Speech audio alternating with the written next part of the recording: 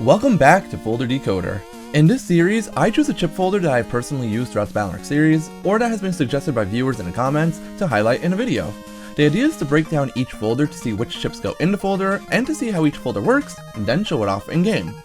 Keep in mind that the folders I feature in this series are not intended to be used in PvP matches.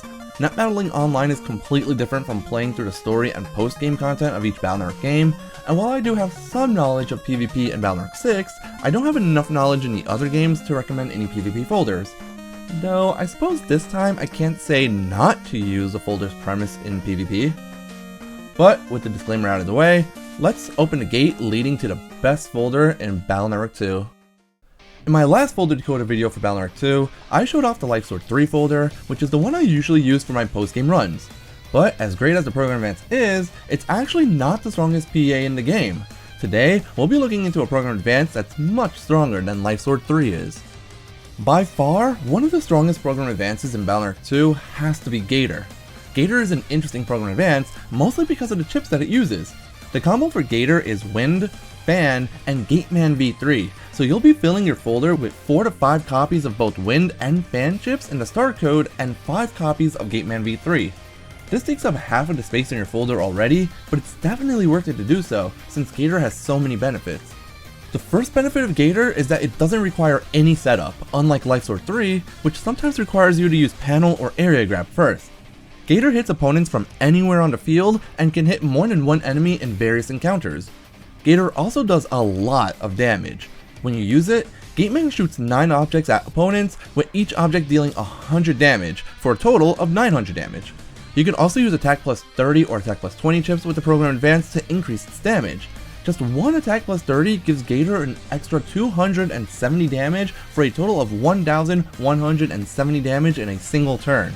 And since you can use the program advance multiple times per battle in Battle.Arc 2, you can use Gator up to 4 or 5 times in a single battle, more than enough to defeat basically any enemy in the game.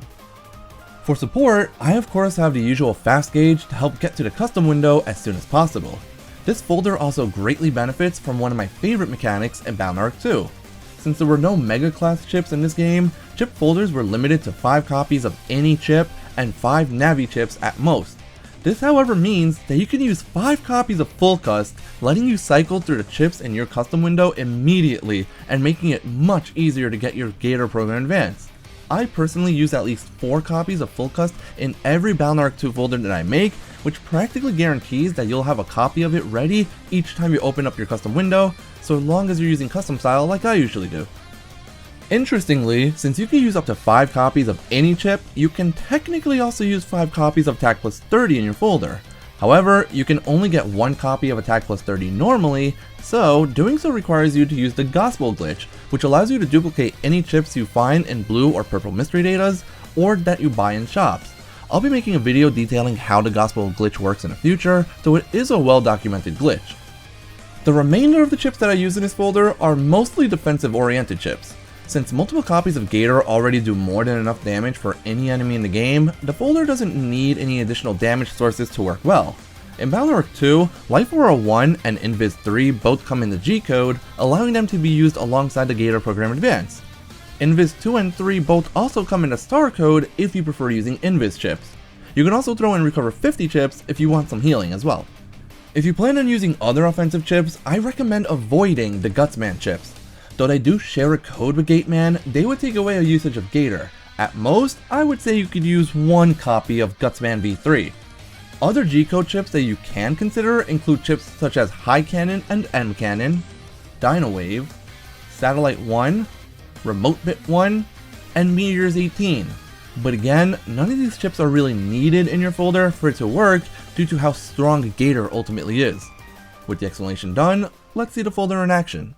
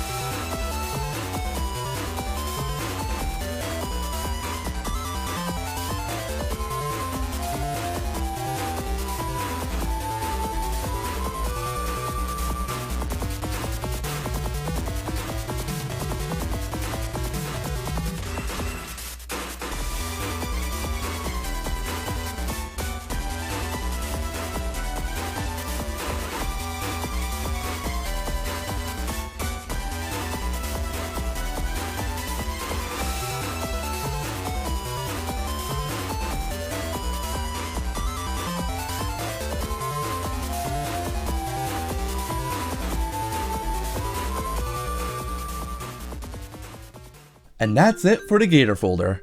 This folder is probably the most well-known folder for Battle.Network 2, and one that I highly recommend for anyone playing the game, whether or not it's your first playthrough. Realistically, a good challenge of Battle.Network 2 might even be to avoid using Gator, because that's just how good this program in advance is. If you enjoyed this video, or have used Gator yourself in the past, please give this video a like, and leave a comment below letting me know your experiences with using Gator in Battle.Network 2. And if you want to see more Mega Man Battle.Network content, please subscribe to my channel as well. Seeing likes on my videos and subs gained through them is the best way to let me know to continue working on this series. And as always, thanks for watching.